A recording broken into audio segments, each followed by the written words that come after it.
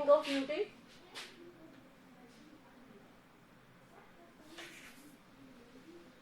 About the poet, John Keats was a British romantic poet. British romantic poet. टिक करते चलो लो. Although trained to be a surgeon, this was the specialty of him, that he was a surgeon. You should write this also. Keats decided to devote himself wholly to poetry. But he was not satisfied with his profession, so that is why he selected to do another work as to write poems. Keats a secret his power to sway and delight the readers. उनके अंदर उनके जो secret था उनकी power का, वो क्या था? उनकी पोइट्री की स्पेशलिटी टू स्वे and delight the readers.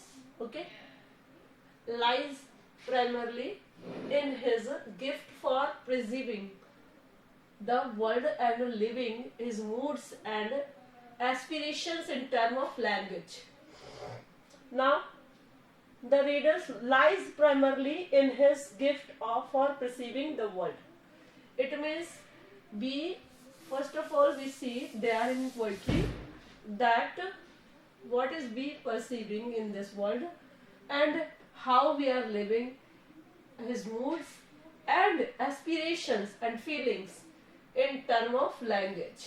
Okay, यानी उन्होंने अपनी भावनाओं को, अपने विचारों को और उन्होंने अपनी फीलिंग्स को सबको किसमें टर्म ऑफ लैंग्वेज में चेंज कर दिया. यानी पोयम जो उन्होंने लिखी वो टर्म ऑफ लैंग्वेज में चेंज हो गई. And the following is an extract. ये जो है वो एक एक्सक्रेप्ट है.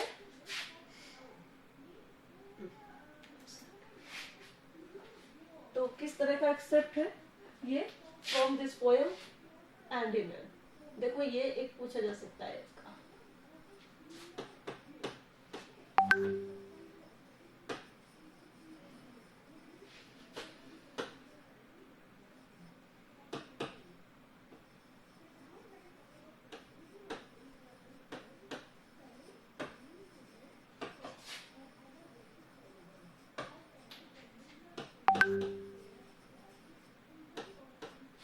तो ये कहाँ से ली गई है?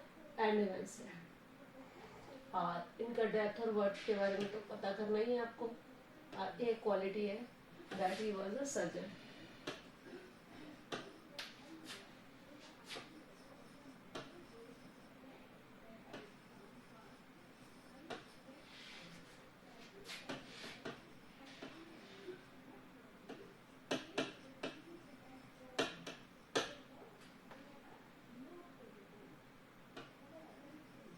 क्या थे वो?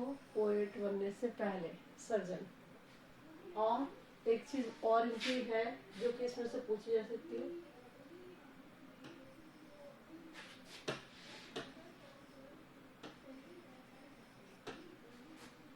Secret of his power to write poetry.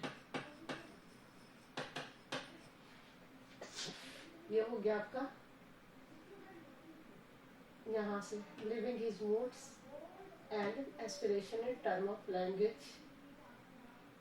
It mean secret वाले में ये आएगा sway to and delight the readers. ठीक है, ये इसका आंसर होगा. और स्पेशली सबसे ज्यादा इम्पोर्टेंट जो ये रहा, ये question can be asked. And he was a British's romantic poet. British's romantic poet थे. And the poem is based on a Greek legend. किस पर ये डिपेंड है? ये बेस्ड किस पर है?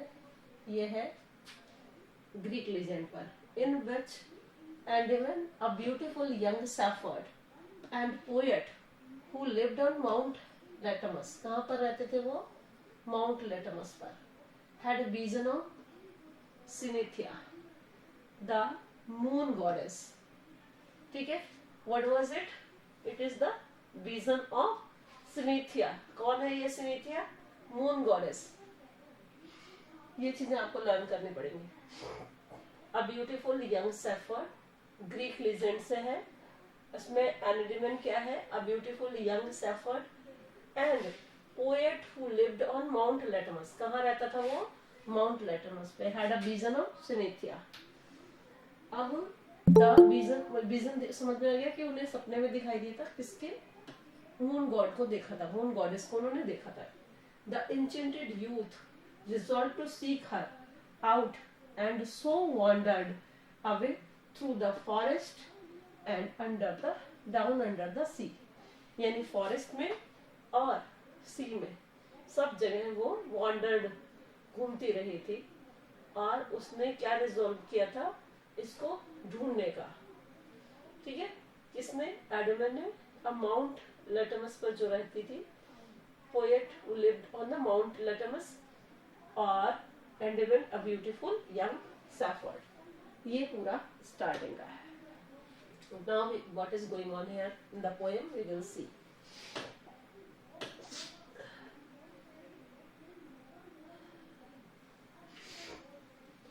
A thing of beauty is a joy forever. Now the poet is saying here, a thing of beauty gives us joy forever. The beautiful object always gives us happiness and they give us a joy which is never completed. It means it will be forever. Its loveliness increases. It will never pass to nothingness. What will pass never to nothingness? Beauty. Thing of beauty. And its loveliness increases day by day. It means its loveliness increases day by day. Just as the flower, we say there is only, it means this picture, and it becomes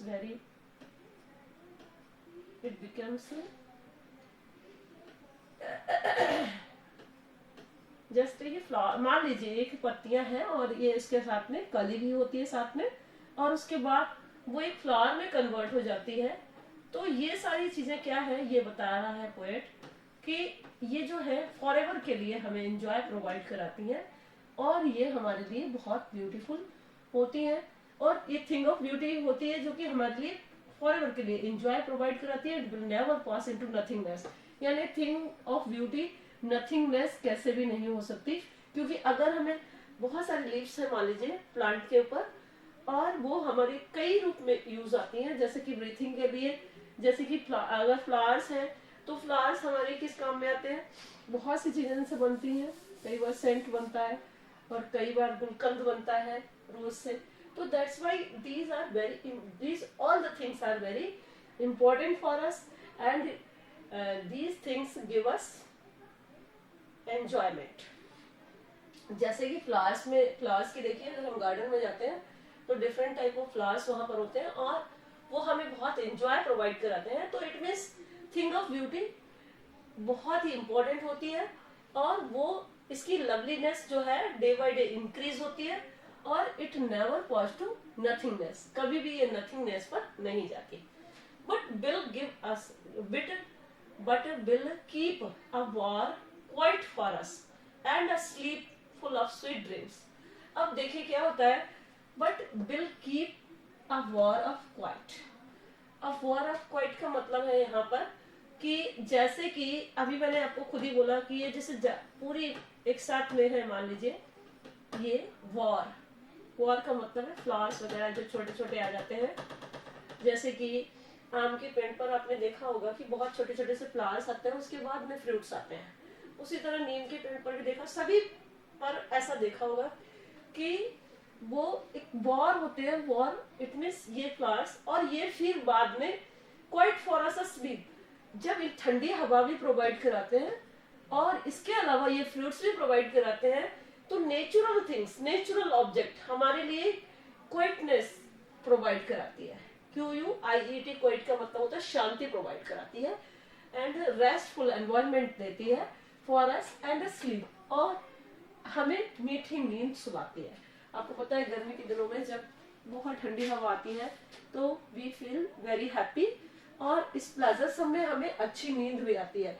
तो यहाँ पर ये description जो है अब quiet for us and sleep. जब हम मतलब कि ठंडी हवा में सोते हैं तो हमें बहुत अच्छी नींद आती है and full of sweet dreams, और हमें अच्छे सपने भी आते हैं। ठीक है, देखिए क्या बोल रहा है। मान लीजिए हम नेचुरल ऑब्जेक्ट्स की तरफ जाते हैं, तो कैसे है कि एक मान लीजिए हमारे आसपास कहीं गार्डन है और हम वहां जाते हैं, डिफरेंट टाइप ऑफ फ्लावर्स वहां पर हैं और हमें फ्लावर्स दिख रहे हैं, फ्रूट्स हैं। मान लीजिए हम उनमें से कुछ फ्रूट्स खाते हैं और उसके बाद उन फ्लावर्स को देखते हैं, they are looking very happy and we feel very happy also, then it will be convert into pleasure some. Okay, जब हमारे अंदर प्लेजर सम होगा तो हमें रेस्टफुल एनवायरनमेंट मिलेगा और हमें नींद भी बहुत अच्छी आएगी और उसके बाद हम अच्छे सपने भी देख सकेंगे। It means these things will be convert for the sweet dreams and health. और अगर हमारी नींद पूरी तरीके से अच्छी होगी then we will be healthy and quite breathing, और हमारी सांसें भी बिल्कुल शांत होंगी। इट मीन्स सबसे पहले, जैसे कि वो एक साइंटिस्ट है, वो सर्जन है, तो साइंस से बिलोंग करता है, तो इसमें देखिए हर चीज का, हर ऑब्जेक्ट जो है एक ना एक चीज से रिलेटेड है। जैसे कि first of all he is saying about the thing of beauty, उसके बाद pleasuresome it means joy, and joy के बाद it is increasing into loveliness, and after it may not be nothingness, यानी जो नेचुरल ऑब्जेक्ट्स हैं वो nothing कभी भी नहीं हो सकते, बहुत इंपॉर्टेंट होते हैं। एंड उसके बाद उन्होंने दिया but will keep a work quite. It means जब वो एक साथ इकट्ठे हो जाते हैं तो हमें रेस्टफुल एनवायरनमेंट प्रोवाइड कराते हैं और हमें हेल्दी फूड भी प्रोवाइड कराते हैं। इसके बाद हम अच्छी नींद सो सकते हैं and full of sweet dreams, जिससे हमें अच्छे सपने भी मिल सकते हैं। एंड इसके बाद अगर हम अच्छी तरह से सोते हैं देन स्वीट ड्रीम्स, अच्छे सपने, और हेल्थ भी हमारी डेवलप होती है एंड क्वाइट ब्रीथिंग, और हम अच्छी तरह शांति से सांस ले सकते हैं। तो all the things are related with each other here, और सब एक दूसरे से इंटरलिंक्ड है। Clear to you? समझ आ गया? Yes ma'am. हाँ, देन नेक्स्ट, अब a flowery band to wind us to the earth. अब वो कह रहा है जैसे कि एक फ्लावर का बैंड, यानी फ्लावर का ग्रुप जो है वो क्या करता है, to wind us to earth, हमें पृथ्वी से जोड़े रखता है। देखिए अगर यहाँ पर सॉइल नहीं होती तो प्लांट का डेवलपमेंट भी नहीं होता, तो दैट इज वाई सबसे इंपॉर्टेंट क्या हुई, अर्थ। नेचुरल ऑब्जेक्ट में सबसे इंपॉर्टेंट वो बोल रहा है अर्थ है, और जो कि हमें किससे जोड़े रखती, फ्लावरी बैंड जो है, जैसे हमें फ्लावर्स पसंद है, ठीक है, अब हम फ्लावर्स को लाइक करते हैं, देन हमें मालूम होना चाहिए कि फ्लावर्स कहाँ से आए। ये कहाँ से आए, सॉइल की वजह से, अर्थ से आए।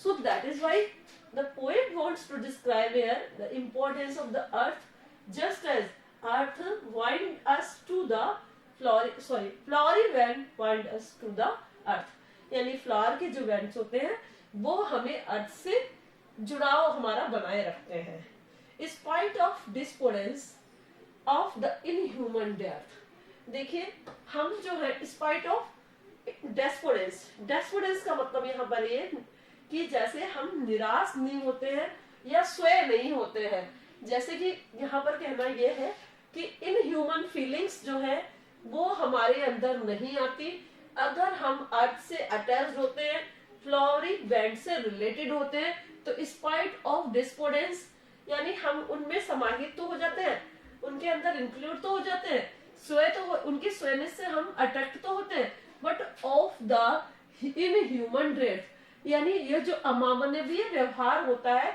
वो हमारे अंदर नहीं आता है। और ऑफ नॉवल नेचर, और हमारा नेचर जो है वो कैसा हो जाता है, इट मीन्स नेचुरल ऑब्जेक्ट्स के टच में रहने के कारण हमारा नेचर कैसा हो जाता है, फुल ऑफ नॉवेलिटी, यानी हमें श्रेष्ठता की भावना आ जाती है। End of the gloomy days, अब वो कहता है चाहे डेज ग्लूमी क्यों ना हो, यानी जैसे दुख भरे दिन होते हैं, इट मीन्स ग्लूमी डेज होते हैं, उदासी के दिन होते हैं, उनमें भी हमें नेचुरल ऑब्जेक्ट्स जो है कोई ना कोई सीख देते हैं। क्या मैसेज मिलता है मतलब नेचुरल ऑब्जेक्ट से, कि वो प्लांट्स जो है पूरी बारिश में भीगते हैं, उसके बाद धूप को सहते हैं, और उसके बाद हर एनवायरनमेंट में वो हैप्पी रहते हैं और खुश दिखाई देते हैं। इन द सेम मैनर ये हमारी हेल्प करते हैं किसमें, ग्लूमी डेज में। ग्लूमी डेज यानी कहने का मतलब ये है जब उदासी भरे दिन होते हैं, देन तब भी वो हमें नोबल नेचर प्रोवाइड कराते हैं, natural objects. Clear? Of all the unhealthy and over darkened ways made for our searching, yes, in spite of all, some shape of beauty moves away the pall from our dark spirits. अब देखिए यहाँ पर उन्होंने जरूर, हालांकि दोनों तरह की चीजें लेजेंडरी भी यूज की है, ग्रीक लेजेंडरी के अकॉर्डिंग भी वो वर्क कर रहे हैं, लेकिन ग्रीक लेजेंडरी के अलग से वो एक मैसेज भी देना चाहते हैं, जो दोनों को मिलाकर उन्होंने दोनों की थीम लिख रखी है। यहाँ पर सिंबलिज्म यूज किया गया है, just as of all the unhealthy, जितने भी बेकार के होते हैं चीजें, एंड ओवर डार्केंड वेज यानी अंधेरे भरे रास्तों से, मेड फॉर आवर सर्चिंग, हम क्या करते हैं, मेड फॉर आवर सर्चिंग यानी खोज करते हैं किसी चीज की। अब जैसे वो क्या कर रही है, वो किसकी सर्च कर रही है, मतलब किसको ढूंढ रही है, the ancient youths are to seek her out and wandered away through the forest and down under the sea. सब जगह वो ढूंढ रही है। एक ग्रीक लीजेंड है, in which Endymion, a beautiful young shepherd and the poet who lived on the Lithomus, had a vision of Cynetia. Cynetia का vision है, उसे आया था, और उसके बाद वो उसी को सर्च कर रही है यहाँ पर। तो दैट इज वाई यहाँ पर उसकी सर्चिंग के लिए भी यहाँ पर इंट्रोड्यूस किया गया है, लेकिन इसके साथ साथ ही इसका डबल मीनिंग भी चल रहा है। क्या? Of all unhealthy and over darkened ways, यानी वो अनहेल्दी वेज और ओवर डार्केंड वेज है, मतलब अंधेरों से भरा हुआ रास्ता है, मेड फॉर आवर सर्चिंग, जिसमें मैं ढूंढ रहा हूँ। यानी कि क्या ढूंढ रहा हूँ, उदासी भरे दिनों में भी, कई बार हम क्या करते हैं, अनहेल्दी एनवायरमेंट में भी, और किसी तरह की भी डार्केंड वेज भी होते हैं, अंधेरे भरे रास्ते भी होते हैं, लेकिन उन सब में भी हम क्या सर्च कर लेते हैं, एक तरह का जीवन, एक तरह की लाइफ और एक तरह का एंजॉयमेंट सर्च कर लेते हैं। We should be very optimistic, हमें बहुत ही ऑप्टिमिस्टिक होना चाहिए, and we should take an example from nature, because of nature always give us something and he never demands to us anything, but we should take lesson from the nature give us enjoyment, and nature give us prosperity, and nature never demand to us anything. In the same manner, we should be take a message, a lesson from the nature also. So now the poet is saying about the unhealthy and over darkened ways, and made for our searching, yes, in spite of all. Now he is saying, in spite of all, some shape of beauty moves away the pall from our dark spirits. It means, देखिए poet यहाँ पर ये कहना चाहता है कि in spite of all some shape of beauty, कि सारे ही शेप्स किसके हैं, ब्यूटी के।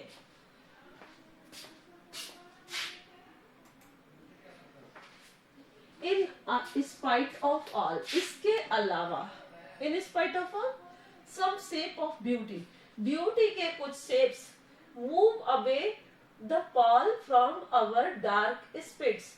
It means जो dark spirits होती हैं, जो हमारी लाइफ में जो हार्डनेस होती है, उसको शेप ऑफ ब्यूटी जो है हमें क्या देती है, moves away the pall from our dark spirits, यानी जो भी परेशानियां या जो डिफिकल्टीज होती है उनसे बाहर निकालने का रास्ता बताती है। जैसे शेप ऑफ ब्यूटी में आप बहुत सारी चीजों को ले सकते हैं, I have given already example of flowers, flower event, जैसे example of fruits and जैसे कि example of crops and बहुत सारी ऐसी चीजें हैं जिनका एग्जाम्पल दिया जा सकता है, जो कि हमें जैसे सन का एग्जाम्पल ले सकते हैं, मून का एग्जाम्पल ले सकते हैं, फायर है, वो भी हमें कोई ना कोई चीज, हर चीज, नेचर के जितने भी ऑब्जेक्ट हैं वो हमें कुछ ना कुछ सिखाते हैं. ओके, अर्थ हमें पेशेंस के लिए इंस्पायर करती है कि हमें पेशेंस रखना चाहिए अपने अंदर. In the same manner flowers हमें टीच करते हैं कि हमें स्माइल करना चाहिए, हमेशा मुस्कुराते रहना चाहिए. हार्डनेस में भी जैसे कि आप रोज फ्लावर्स को देखते हैं कि वो कांटों के अंदर होते हैं और वो भी हमेशा स्माइल करते रहते हैं. ये उनका नेगेटिव पार्ट होता है, उनके जो थॉर्न होते हैं उनके अंदर कांटे होते हैं और उसके अंदर फ्लावर मुस्कुराता है हमेशा. तो ये भी हमें एक मोरल मैसेज देते हैं कि हमें अपनी लाइफ में हमेशा एंजॉयमेंट के साथ वर्किंग होना चाहिए. वो एक कली से फ्लावर बनता है और सारी प्रोसेस उसके अंदर चलती रहती है. It means enjoyment plus working both are include in it in the life of flower also. तो हमें हमारी जो डार्क स्पिरिट्स हैं इनसे मूव अवे होने के लिए भी हमें ब्यूटी की नीड होती है और हम इन नेचर से बहुत सारी चीजें सीख सकते हैं और उनको अपनी लाइफ में ऑप्ट कर सकते हैं. और these are all the things are very important for us. अगर हमें फ्यूचर में अपने बहुत सारी डिफिकल्टीज का सामना करना पड़े then we should do, और साथ में we should be very optimistic, और हमें इसके साथ साथ ही बहुत ही ऑप्टिमिस्टिक होना चाहिए. इसके अलावा जिससे कि हमारी जिंदगी की जितनी भी प्रॉब्लम्स हैं हम उनको अच्छी तरह से सॉल्व कर सकें. Such the sun the moon trees old and young sporting a saddy moon. Now, अब पोएट ये कह रहा है सच द सन, सन है जो कि मैंने अभी आपको एग्जांपल दिया था, मून है, trees old and young trees है, स्पोर्टिंग अ सैडी मून, और ये सब हमें छाया देते हैं. इट मीन्स देखिए सन जो है वो तो सबसे इम्पोर्टेंट है. whenever you will write example तो इसका फोटोसिंथेसिस का एग्जांपल लिखेंगे जिसके अंदर सन जो है वो बहुत हेल्पफुल है डेवलपमेंट के लिए, प्लांट के डेवलपमेंट के लिए बहुत नेसेसरी है. तो ये वाला एग्जांपल भी क्लोरोफिल जो हमें मतलब इसके सन रेजेस से और क्लोरोफिल से क्या होता है कि फोटोसिंथेसिस की प्रोसेस कंप्लीट होती है, उसके बाद में प्लांट्स डेवलप हो जाते हैं. You can give this example also. In the same manner moon जो है वो हमें क्या देता है, रेस्टफुल होता है बहुत और ब्यूटीफुल भी होता है. ब्यूटी का एग्जांपल देते हैं मून से. In the same manner restful होता है क्योंकि नाइट में हम रेस्ट करते हैं और उस समय हम जो पूरे डे की हमारी थकावट होती है, टायर्डनेस होती है, वो सब खत्म हो जाती है. देन ट्रीज ओल्ड ट्रीज क्या करते हैं, ओल्ड ट्रीज भी हमें छाया देते हैं लेकिन हमें कई बार टिम्बर प्रोवाइड कराते हैं. उसके अलावा हम उनसे फर्नीचर भी बना सकते हैं, डिफरेंट टाइप ऑफ ऑब्जेक्ट बना सकते हैं. तो that's why these are also important for us. जीवन भर उन्होंने हमें ऑक्सीजन दिया और उसके बाद जब वो खत्म हो गए, जब वो डाइड हो गए, तो उन्होंने हमें फर्नीचर दिया, टिम्बर दिया. It means they always important for us. Okay, in the same manner and young is sporting a सैडी moon. और जो बड़े बड़े ट्रीज हैं जिनके बहुत ज्यादा छाया है वो हमें वरदान के रूप में क्या देते हैं, छाया प्रोवाइड कराते हैं. So that's it. Short question can be asked.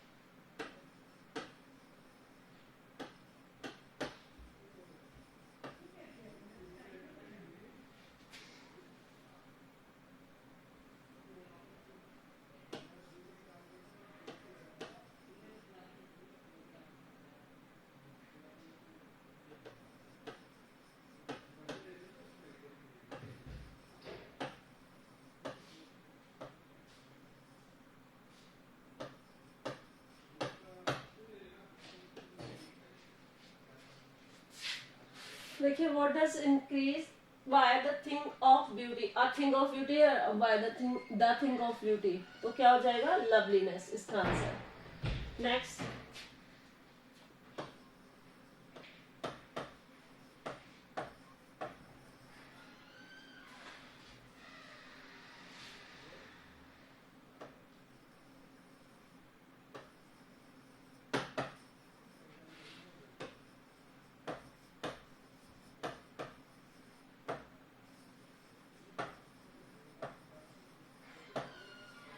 क्या प्रोवाइड कराती है thing of beauty? Sweet dreams. Sweet dreams, health, and quiet breathing. हाँ. Next question.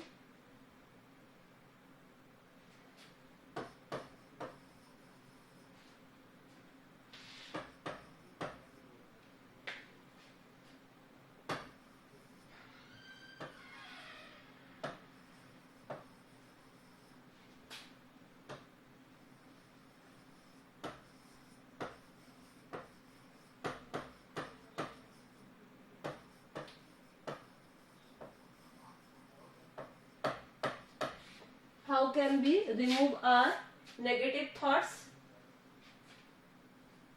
क्या आएगा Pinky?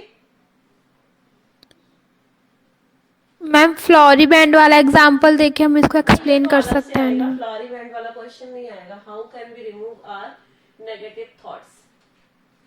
Why seeing the beautiful object of the earth and take a lesson for the enjoyment, for the delight and do something better in our life.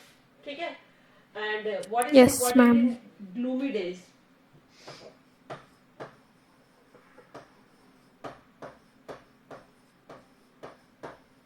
बताइए. What is important in gloomy days? Happiness.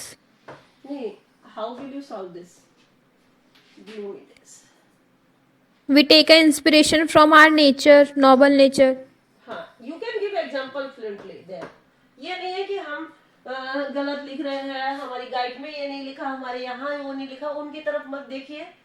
आप ये इस तरह के examples आप दे सकते हैं और आपकी मार्किंग अच्छी होगी.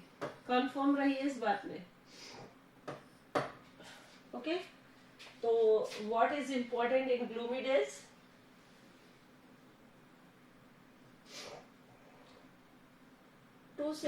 To see the shape of the beauty and different type of beautiful object, and to come outside of the problems. We should take the lesson from the nature in gloomy days. यानी प्रकृति से हमें एक lesson लेना चाहिए nature से, जिससे कि हमारे ग्लूमी डेज जो हैं वो खत्म हो जाए. इसमें आप ये एग्जांपल भी दे सकते हैं कि जैसे रोज फ्लावर का एग्जांपल मैंने दिया, या फिर ऑटम सीजन का एग्जांपल यू में गिव कि ऑटम सीजन में सारी पत्तियां चली जाती हैं, झड़ जाती हैं, और उसके बाद फिर नए स्प्रोट होते हैं. ठीक है? स्प्रोटिंग होती है. तो it means you can give this example. And how we next एक क्वेश्चन और भी हो सकता है.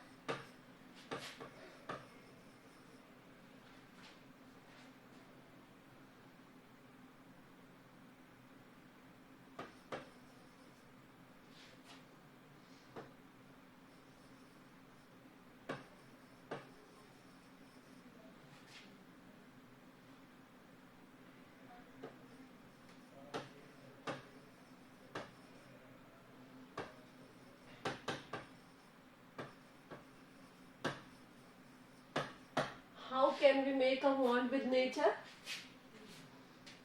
ये बता सकते हैं आंसर इसका?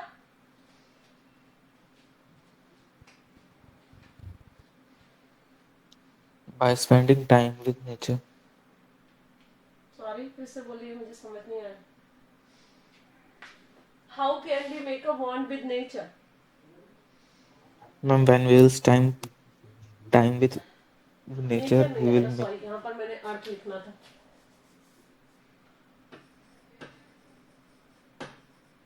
हाँ. किस तरीके से हम अर्थ से अपना बॉन्ड बना सकते हैं, या कैसे बॉन्ड बनता है अर्थ से? मैम, जब नेचर के साथ टाइम स्पेंड करते हैं तो किस चीज का? by taking the enjoyment of the flowery nature. band, and they give us message that without earth it may be not possible. ठीक है, समझ में आ गया? क्योंकि ये हमें बताता है कि विदाउट अर्थ ये जो फ्लावर है हमारे पास नहीं आ सकते हैं. Is it clear to you students? ये वाला Yes, पूरा ma'am. क्वेश्चन नोटेड करिए. अब हमको याद रहे बाद में ना रहे, so that's why you should write. इनमें से आपका सेम नहीं होगा, कहीं कहीं पर वर्डिंग्स चेंज हो जाएगा, लेकिन आएगा क्वेश्चन. आपको इसमें से क्वेश्चंस मिलेंगे. Write down these questions.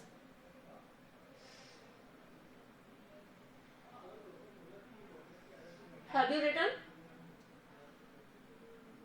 Pinky? Yes, ma'am. Yes, ma'am. Gitesh, have you written also questions? Yes, ma'am. Okay, written. All of you written? Now.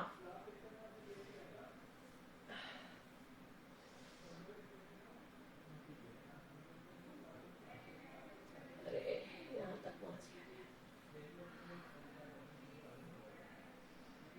Okay, this sentence is completed. Now the time is over. It's 10 minutes over. Okay, so now I want to close. Thank you. Have a nice day, all of you.